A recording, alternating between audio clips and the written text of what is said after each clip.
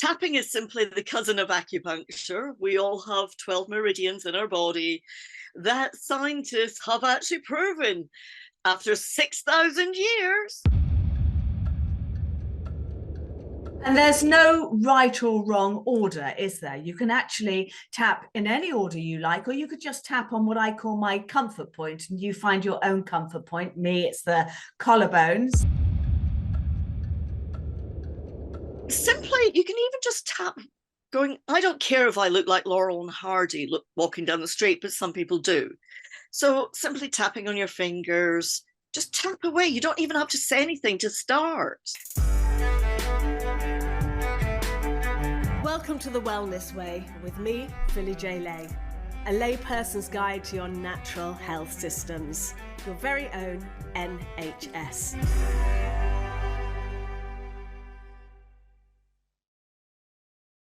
Hello, lovely people, and welcome to another really exciting episode of The Wellness Way, because this month, August, and I hope you're listening to this in August, if not, why not, is International EFT Tapping Month. And as you know, I'm a mad, passionate, crazy tapper. Oh. And on the show today, I have one of my first guests, a woman who is my friend for many, many years, my mentor, my trainer, and my coach, the person that I pick up the phone to when I need help. The wonderful, wonderful Penny Croal. Penny did an amazing conference. I don't know what you called it. You were summit, something, but she's going to tell you about that last year, which is still available for free on her webpage. And so without further ado, I'm going to introduce the lovely Penny. Hi, Penny. Thank you so much for coming back on the show. Hi, Philly. I'm really honored to be back here. It's so exciting and always a little bit of what's coming up with you. I remember our last episode together, and we went off onto this complete tangent after Dr. John Gray talking about orgasms being a healing peak. So if you haven't watched that episode, go and check it out because it's fantastic. But this time we're going to get down to the serious business of tapping. Tell us all about it. Remind the audience in case they need any reminding on this show. Yeah, I don't know if they do need reminding.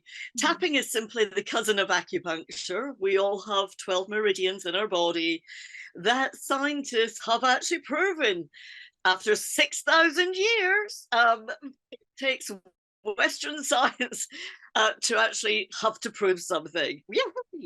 And they're simply our energies that are flowing through our body. So if we get a little bit blocked, physically, emotionally, mentally, tapping is a beautiful way to release anything, really. Oh, I'm just going to tap on that. And of course, there's 365 points, I think, or maybe more. I could be wrong there. However, we don't have to tap all of these points. And if you don't like needles, it's great. And also, tap like a butterfly. I sound like Muhammad Ali there. Don't tap. It's not a slapping therapy. It's a tapping. Very gently. And you tap about 7-8 times on each point, don't you, Penny? Yeah. And let's not think about the actual, because once we start counting, we're getting into our prefrontal cortex, going 1, 2, just tap for a few moments. Tap for as long as you feel like it. This is about you and your body and how you do things. And there's no right or wrong order, is there? You can actually tap in any order you like, or you could just tap on what I call my comfort point, and you find your own comfort point. Me, it's the collarbone. So I just tap away on this whenever anything. And my children are so funny now. I find myself tapping the whole time. They go, "What's up, Mum?" And I go, "I'm just having a little tap. I just fancy a little tap."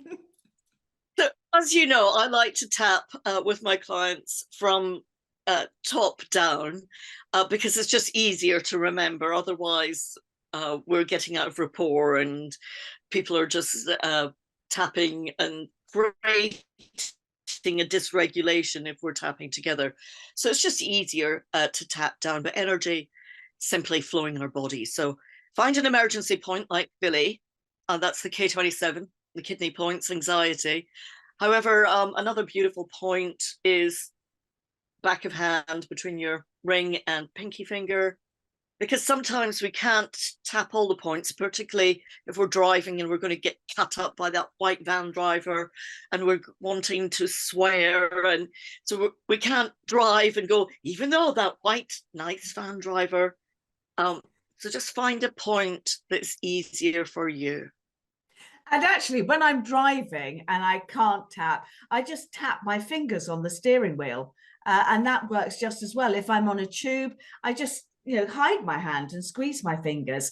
But for the audience, and for anybody who's new to tapping, can you just run us through the main tapping points that you do with your clients? Yes, okay. So there is a little recipe. This was created by Gary Craig, who learnt thought field therapy and then went off and created a very simplistic little recipe. And I'll just take you through that. So we go to the side of the hand. You can call it the karate point. You can rub it. You can do this. Doesn't matter which side. As I said, we've got 12 meridians and they all join up, 6 on either side. And the recipe is to say the negatives. Now, we're not, the only reason we say the negative is to acknowledge the negative. So we say, even though I have a slight nervousness of what Philly's going to say next on this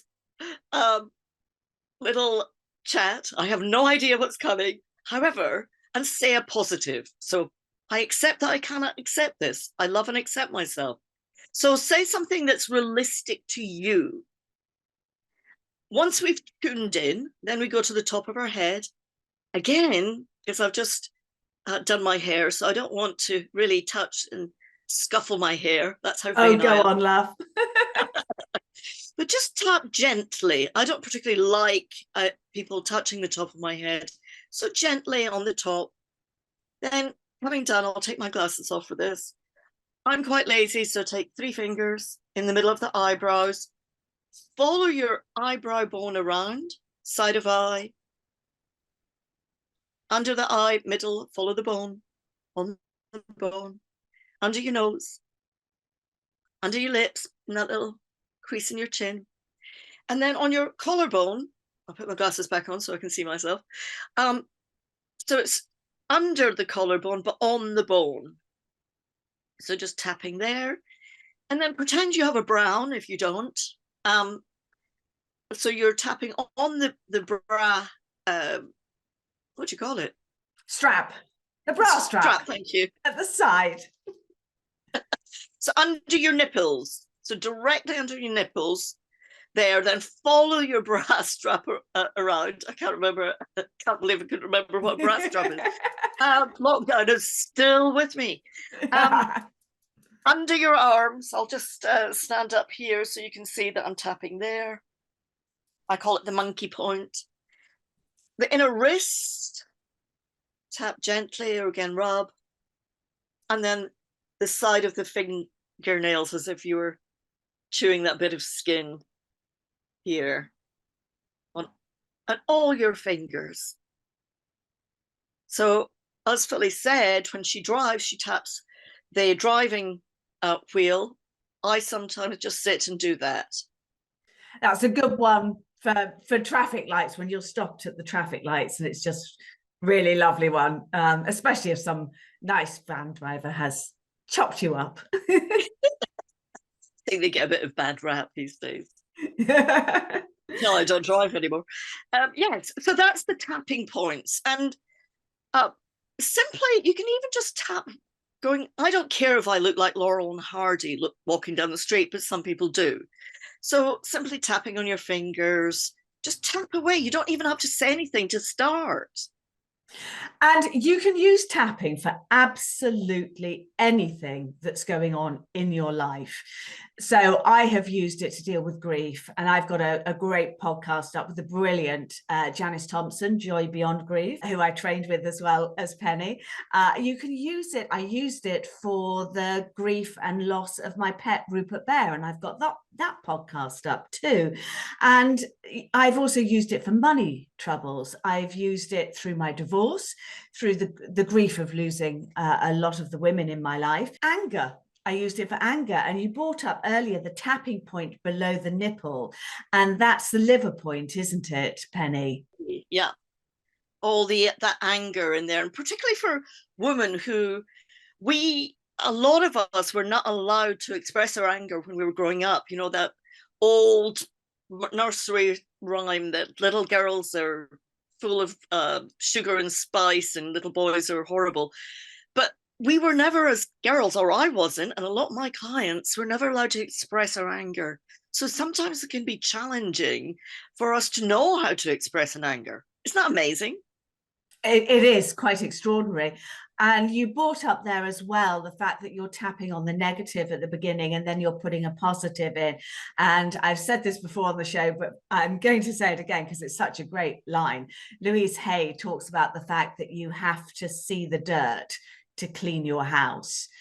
And that is really important, to acknowledge that dirt, because a lot of people think that you can just do positive affirmations every day, you know, and I'm not saying they don't have their place, because I love doing my affirmations, but you have to see the layers and the dirt and get right back to the core beliefs, don't you, Penny? Yeah, because otherwise you're just eating a cake that has got icing sugar on it. It's made of shit. Excuse my language. But we need to clean that shit out. And we all have dirt. And you've just disappeared on me. Hang on, Penny. I have no idea what's happening here. There you are, back again. I didn't touch it. We can edit that bit out. We don't even have to edit it out. We can just tap through it. We can. I think that's a beautiful, just what happens in life. These unexpected, dramatic little moments that we might feel isolated and no strategy, we can just go, okay. I've had a lot of technical glitches recently, and Penny and I have been booked to do this podcast on 2 occasions where the tech hasn't allowed me to do so. I have done a lot of tapping on it, and then when I think I'm up and running again, that happens, and it's like, oh, what the fuck? So you're right. I'm just going to tap on that because it's absolutely fine. And this is what technology does, and or does to me. It's a great example, though, isn't it, of we're driving along in life going, yes, we've got everything sorted, and then boom, where did that come from? Because we cannot control that out there, the universe. We can only control ourselves. This is what tapping is for. It is for controlling yourself and your own emotions. And I mentioned earlier that last year, and very kindly, you did this for free, and it is still available for free. You did this wonderful 21-day tap along called Is Food Friend or Foe? And food issues are a really large, important factor in many people's lives. I know that I've had issues with food, and I've bordered on anorexia, bulimia, and obesity. And it's emotional, isn't it, Penny? There is always a reason. Food is a really challenging one, because you can't get away from it. It's on the TV. We need food to survive. You're walking down the road, somebody's cooking, you're passing restaurants. It's surrounding us constantly. And we all have, name me one person that's not addicted to something, whether it's yoga or health or something not so positive, but these positive things can actually turn into not so positive things.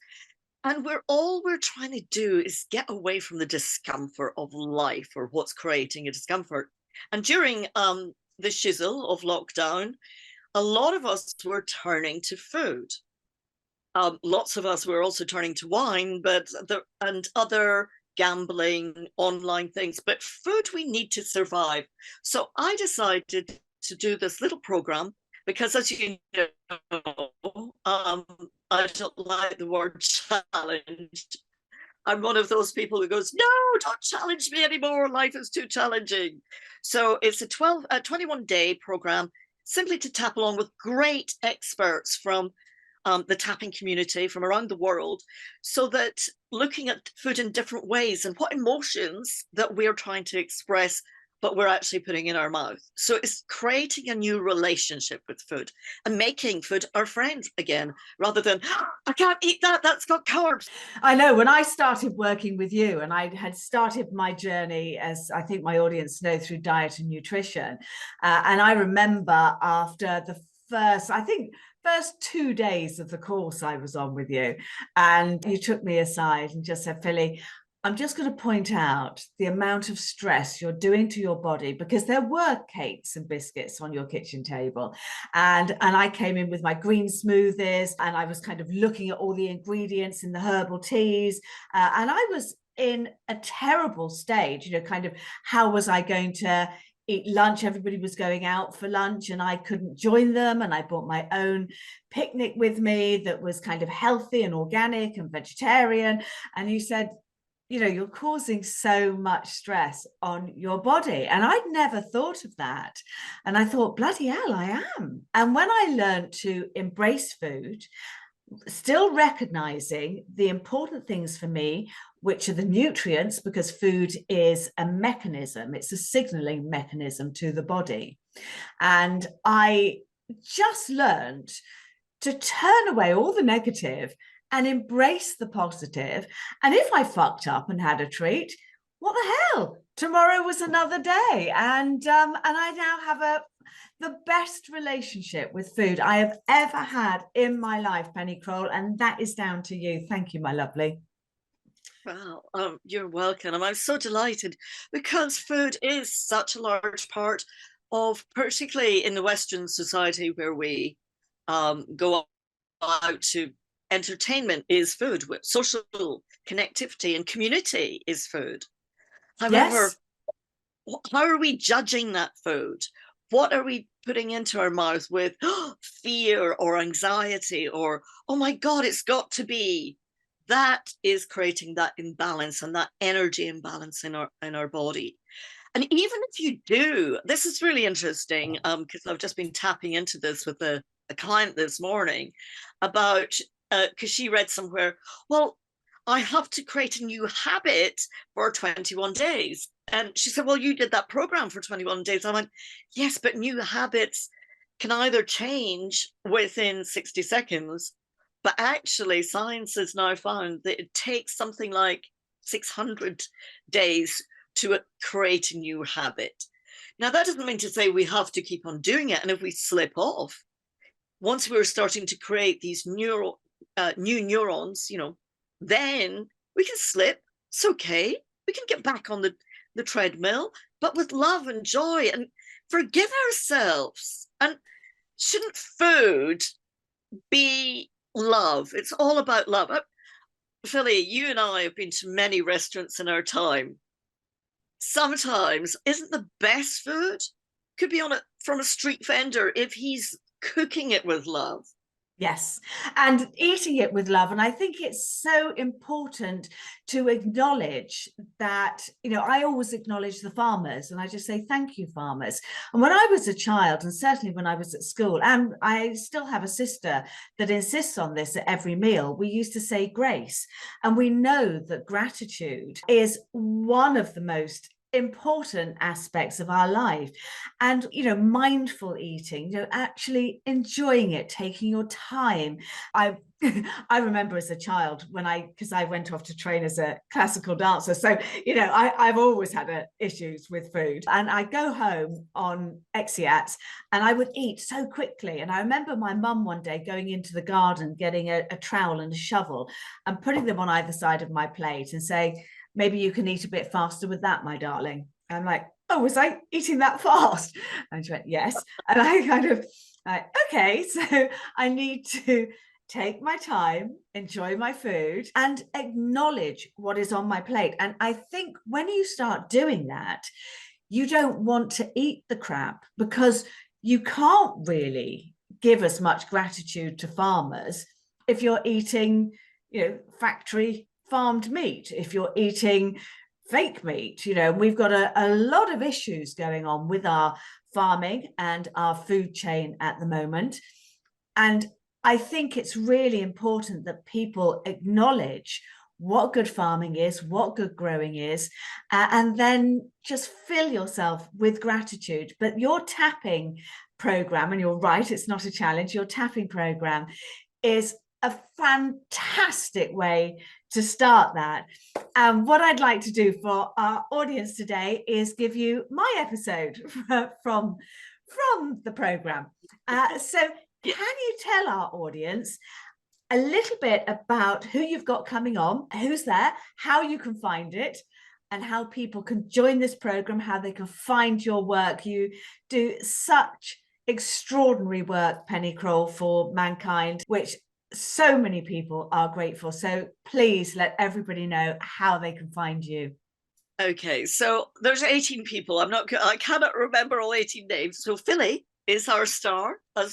No, I'm not. They're far greater tappers than me. We have really people from America, from the UK. We've got Janice Thompson, we have Lucy Still, we've got excellent practitioners, 18 of them. And you can find this program on changeahead.biz. It's under self-study programs. And please do recommend it, share it. It is for free. Let's get this out to the world, because this is really important for us to digest. And of course, lots of digestive issues currently. I'm seeing more digestive issues, more IBS, all to do with our triggers and what we can't digest in the world. And food is something that we digest all the time. So are you digesting this? So let's just chunk it down, make it easy for people, and tap into that love and gratitude, as Philly said. Absolutely beautiful. I actually do the session on allergies. And if you could just talk to us a little bit about what an allergy is, Penny, because when you taught me this, it blew my mind. Yes. So allergies are simply our body going, danger, danger. And isn't it, our bodies are so intelligent. They have that innate wisdom to protect us. And we get stuck in that survival mode, though, a little bit too often.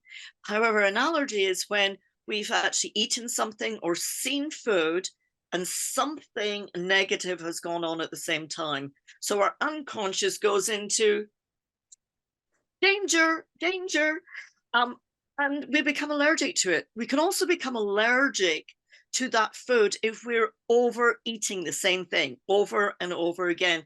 So, all that sugar, that processed food that we're just constantly consuming, we can become really allergic to that as well, because it's just too much. And once we take in too much of anything, our body goes, again, that innate wisdom, stop, no. But there's so many people. Yesterday, I just worked with a woman who was allergic to fish, and she went, I've eaten fish all my life. Why suddenly? And I went, let's just explore this. And what happened was she was having a fish supper on Brighton Pier, and her boyfriend turned around and went, I'm going to have to leave tonight because I've got a job offer in Chicago. Bye. Oh. She didn't see that coming. She thought that, fish and chip supper.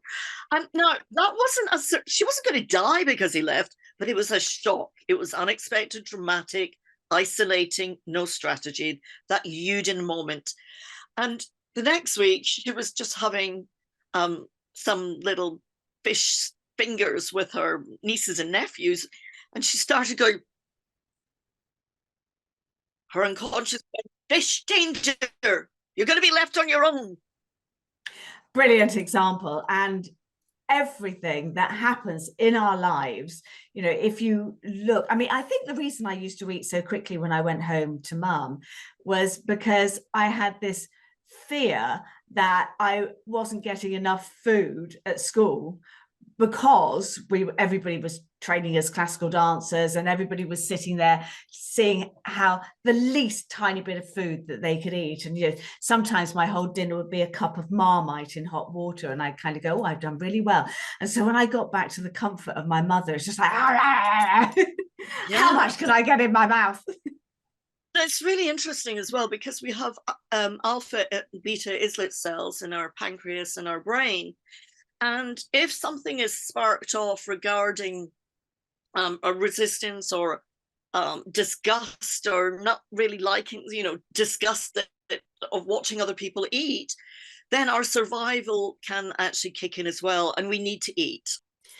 So I'm actually writing my next book at the moment, which is going to be called The Wellness Way with Philly J. Lay. And it's going to be based on a lot of the guests on the podcast and the information that we've got out. The hook is sow, grow, eat clean, so that we can learn to grow our own food and harvest our own food, get our hands in the soil, and most importantly, cook our own food. Now, I know that cooking isn't your thing, Penny, and I know that you could live on salad for the rest of your life with a bit of steak and chicken thrown in and be completely happy. But the one thing that you are phenomenally good at is juices. And I love juicing. It's one of my daily essentials and will be covered in the book. So can you give us your favorite juice recipe, please? Oh, goodness. You've just thrown me in the deep end. So my favorite juice recipe, because I like just throwing things in the Vitamix and just seeing what comes. And I've made drastic mistakes, particularly with beetroot. I'm not good with beetroot. I need to follow a little recipe. But one of my favorite juices I like is getting some spirulina.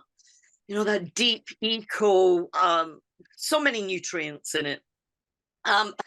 Throwing on a bit of wheatgrass, bit of broccoli or something green, a bit of avocado, again for that nutrients. And what else and I put in an apple. Now, do not use Granny Smith's. Oh, that's bad. No, nice Cox's pippins or. Oh, I love Cox's. Oh, the Cox's, I think, are the best for juicing, personally, and I like the taste of Cox's. A little bit of pineapple. That pineapple, all these enzymes, and that is delicious. And you can actually if I make it, I might go and make one now. I don't need to eat anything else for the rest of the day. I just need to keep on drinking. And sometimes I make so much of it, I just go and put it in the fridge, put lots of ice in it so it's really chilled, and I can live off that. In fact, for days. I don't know why I don't do it more often. Well, I do that, and I keep it in the fridge, and I use my Vitamix too, and I blitz at the beginning of the week, and I throw everything in, and I forage all winter, or forage throughout the year, so that in the winter I've got my nutrients, my blackberries, the plums from my tree, and all the rest of it, and throw them all in, and my raspberries.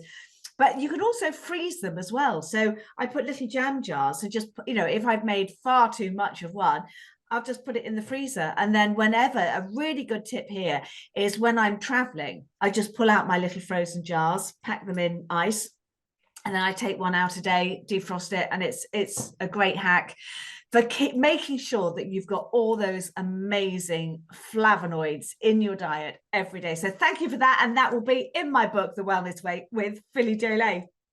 Your program just unwinds this whole fear, all the trauma surrounded by food, and just takes you on a journey to learn to embrace it, to embrace yourself, to love yourself, and to learn how to cope with your relationship with food. So without further ado, I'm going to introduce you to my episode of Is Food Friend or Foe?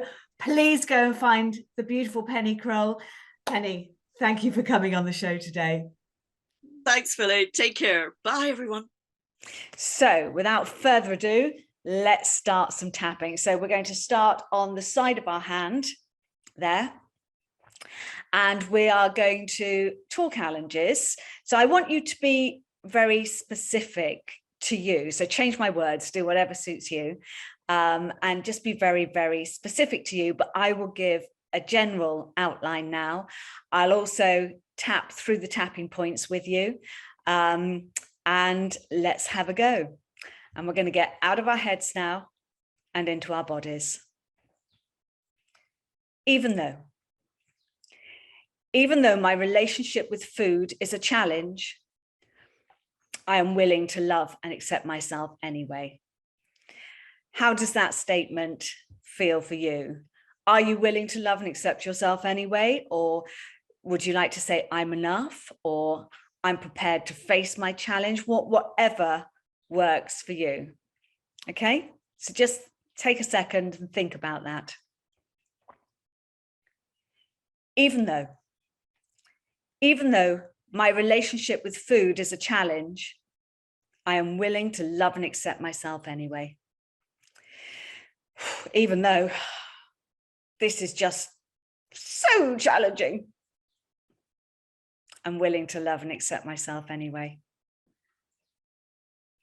Even though I can't eat what normal people eat, I am willing to love and accept myself anyway, and face the fact that I can change this.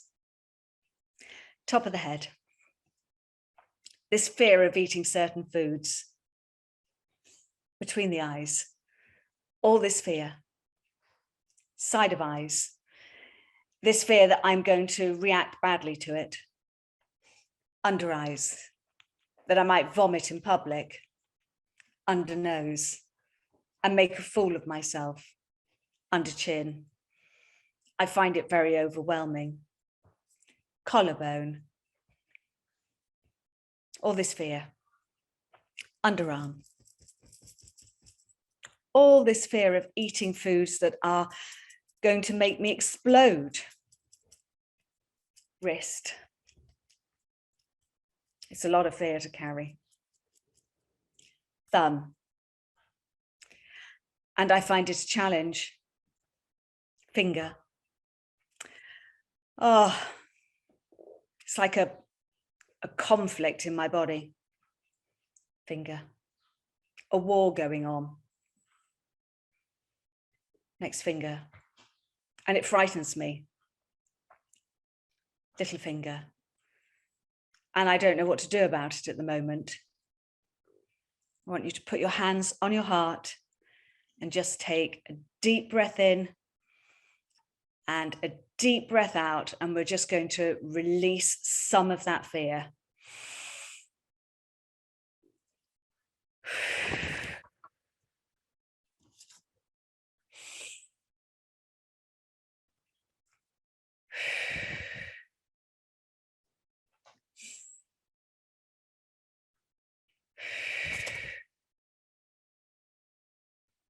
Then scan your body.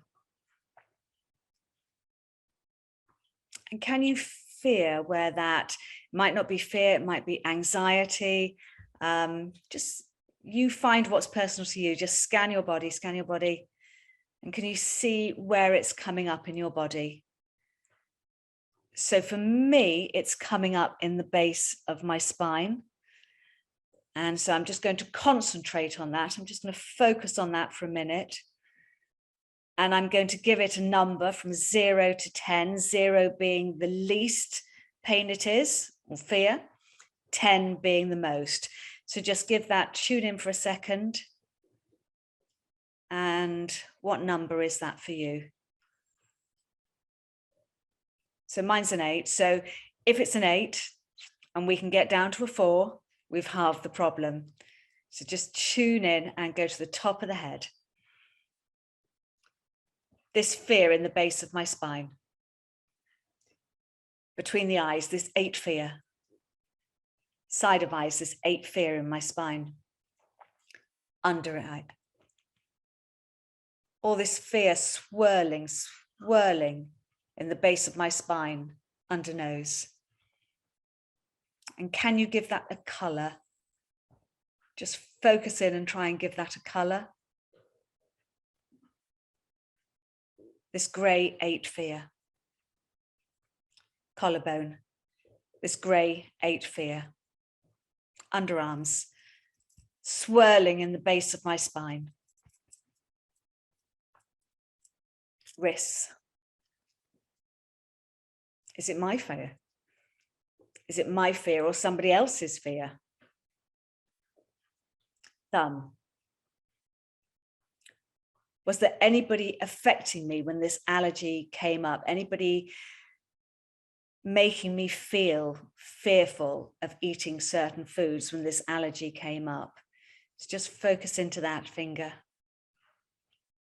What was going on in your life when it started? And just see the grey swirling, whatever color it is for you, wherever it is in your body, just focus your mind into it. And just try and remember what was going on when this fear started in your body. Next finger. It's not my fear. Little finger. It's fear that has been imposed on me. Top of head. People are good at imposing fear.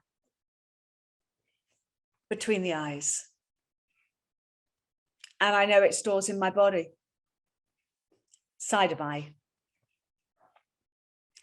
And it's not serving me. Under eye. And it's not helping me lead a happy life. Nose. And I deserve to lead a happy life. Chin. But I can feel it swirling. Collarbone. Causing so much anxiety in my body. Underarms. This war going on in my body. Wrists.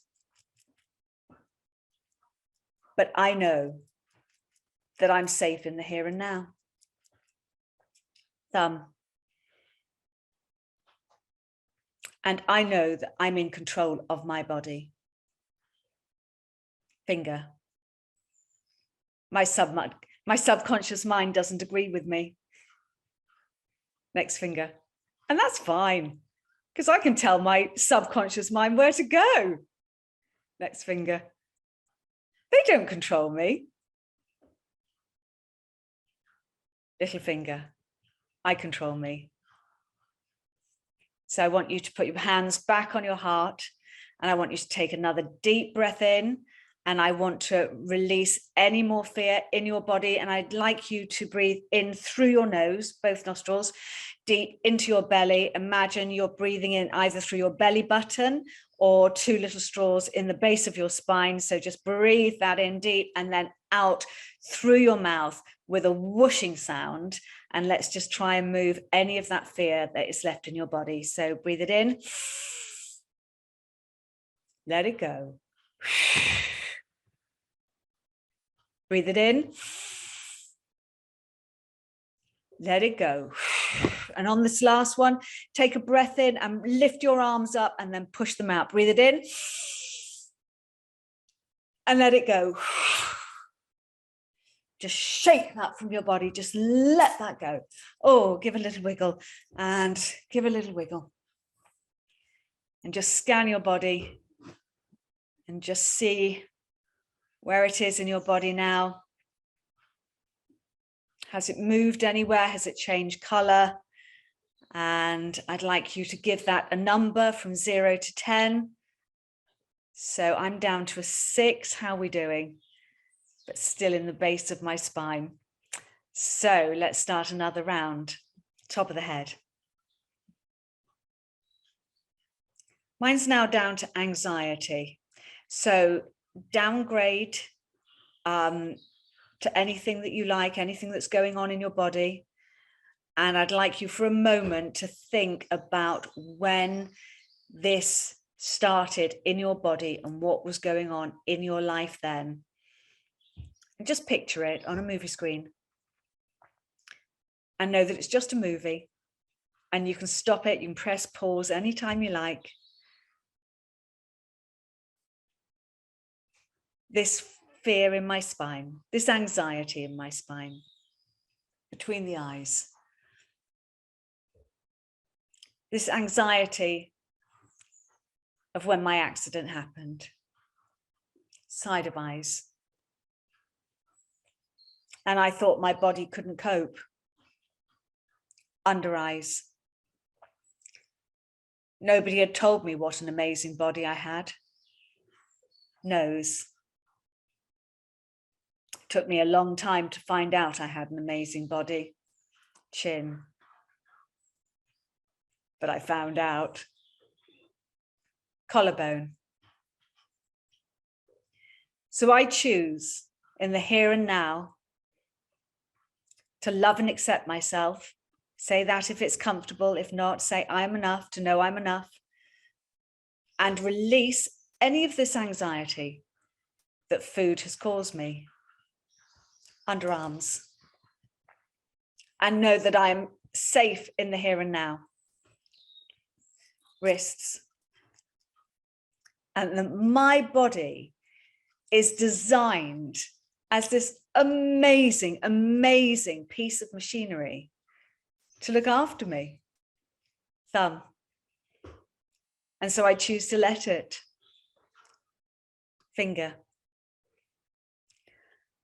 I know that my body is doing everything it can to keep me alive. Finger. And if it shows me a reaction to food, next finger, it's telling me that something's not happy. Little finger, and that might be the food. Top of the head, it might just be the fear of something that happened and why I had a reaction to food. And so I choose in the here and now to let that go. And take a deep breath in, take your arms up. Hold. And let it go. Let it all go. And just hold your breath for a moment. Hold it, hold it, hold it.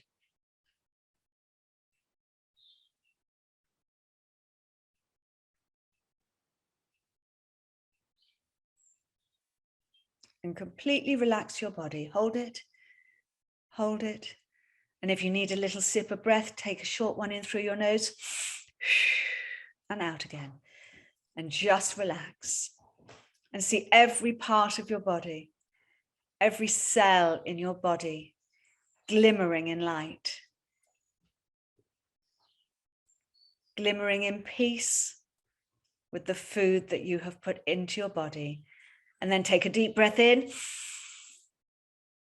right up through your body, up to your third eye, and hold it, hold it, hold it, and squeeze, pull on the Mula Bandha, and release any tension left back in the body.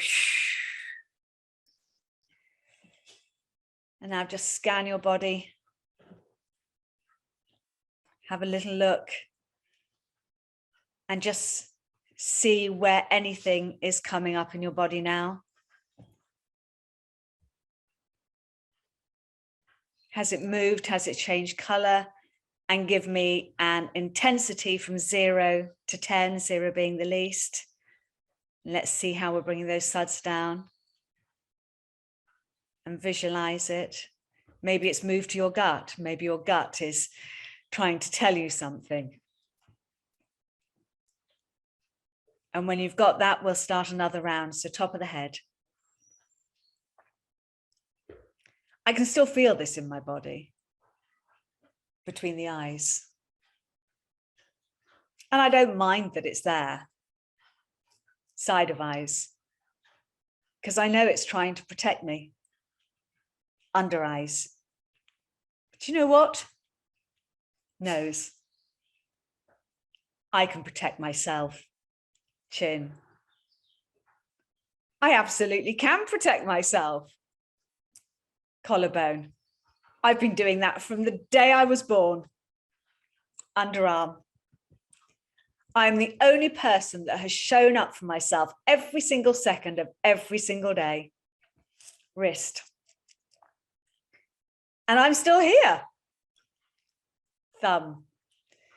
And I'm grateful to my body for showing me that there's something going on.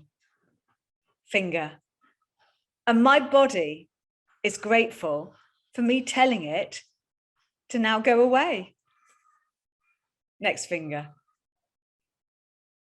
And I can cope.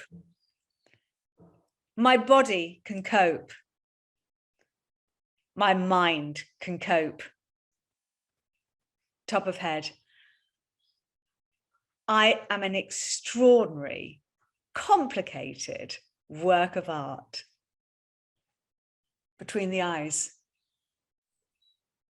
But I know the coding for the computer. Side of eyes. And so I'm just going to recode myself. Under eye.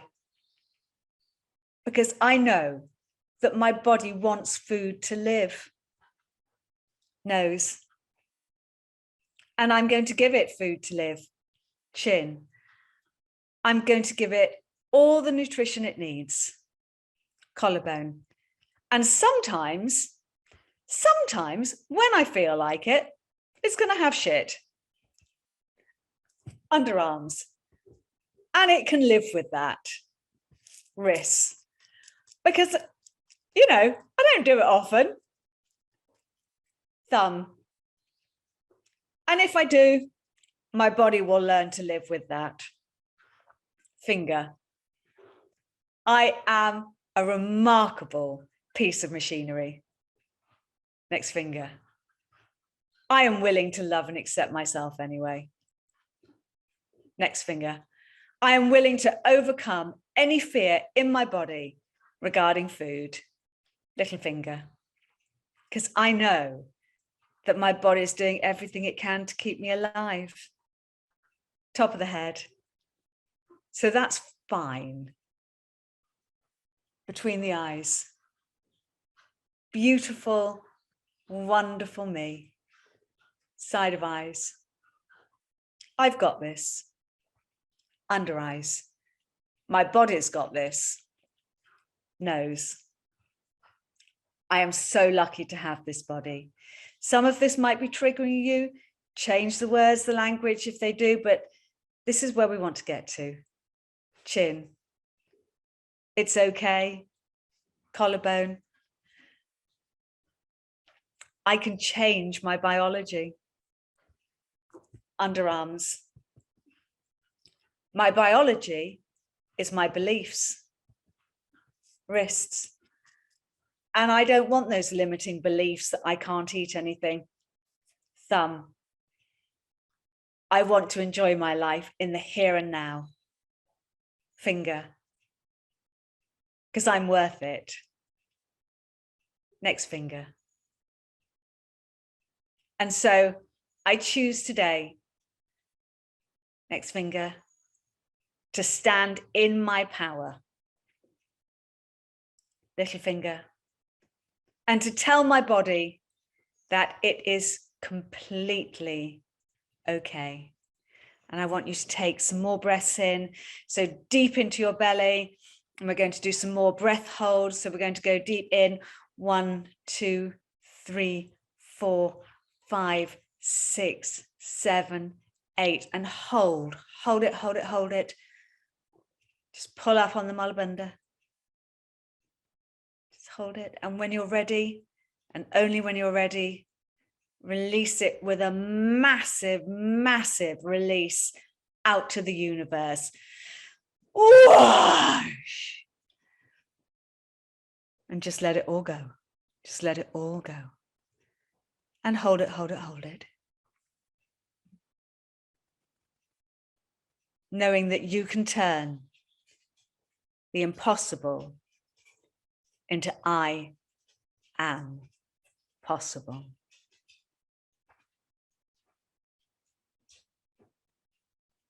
And when you're ready, come back into the here and now. Put your hands on your heart, your amazing energy center, knowing that you have reprogrammed your subconscious mind, the start of it.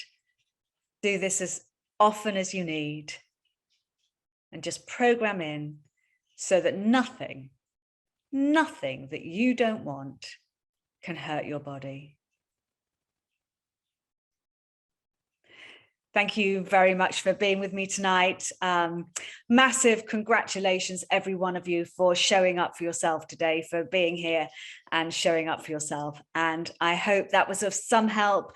I'll be around to answer some questions, and just big love. We've got this. Bye-bye, my lovelies. Bye.